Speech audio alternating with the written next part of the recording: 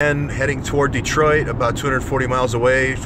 Just finished a quick stop in Chicago. I think all roads in this story are leading to Detroit, and I'll tell you why. There's the Awan story is going to Detroit. There's several Gulen doctors that are going to Detroit, and Javid, Riceland Hospital, Javid is crossing in Detroit. So we've got three intersecting lines here, and so that's why I believe, plus we have several other news events. So let me go through them quickly. Awan brothers, the Awan brothers, I believe their father is Pir Muhammad Shah. I may be wrong. It's hard to tell but from his website, from his Facebook, Imran had Pir Muhammad Shah on his Facebook.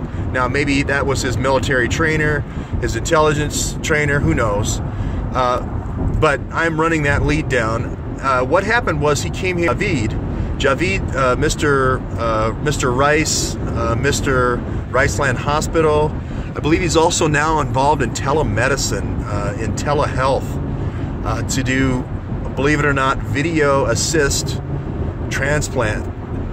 In addition to that, he's got imaging companies, and he's got these convenience stores that seem to do a great trade in welfare cards and also drug cards, food cards, EBT cards. Trade those for drugs. There's a big scandal that he has in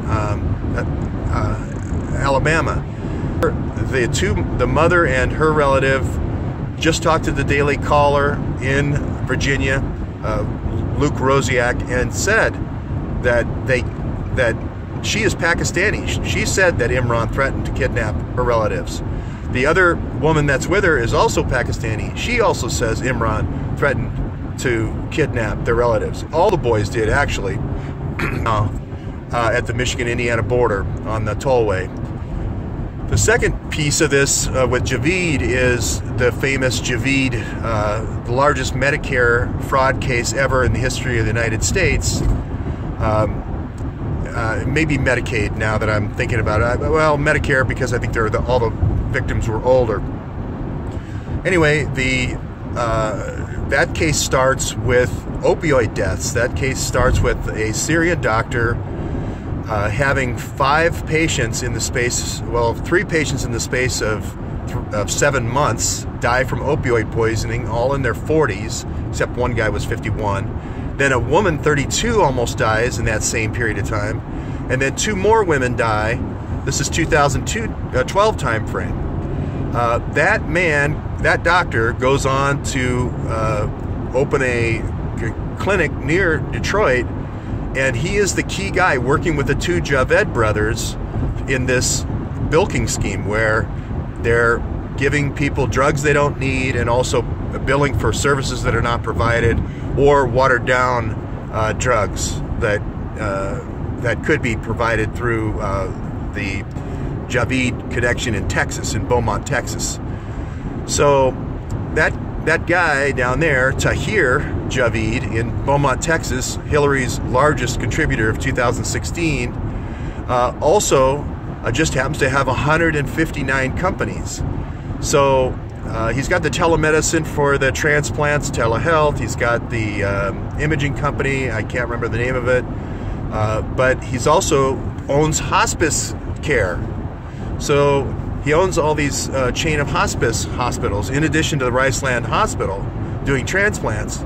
So again, when I see linkages to the Javid name, 2 of the Javid brothers running this scam in a hospice type scenario, in a palliative care scenario, in an old age home, a rest home, nursing home environment, it sends off the alarm bells in my mind.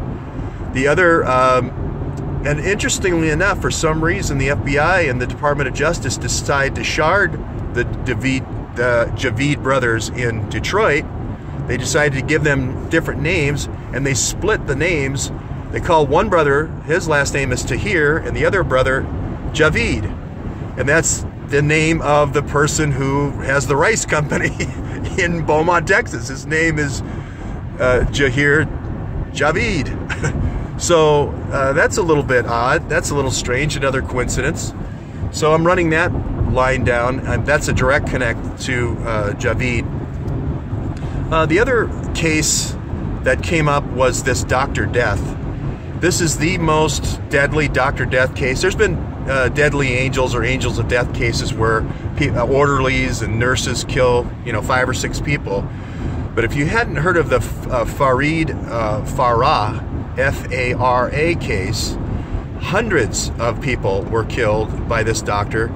And now I don't know where Fareed Farah is from, but there was hundreds of people killed again in Detroit. Hundreds almost killed. Now these people were given carcinogens.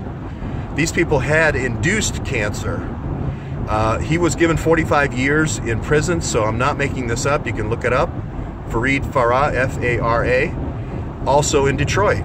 So again, I have to look at this and say, what kind of person would do this?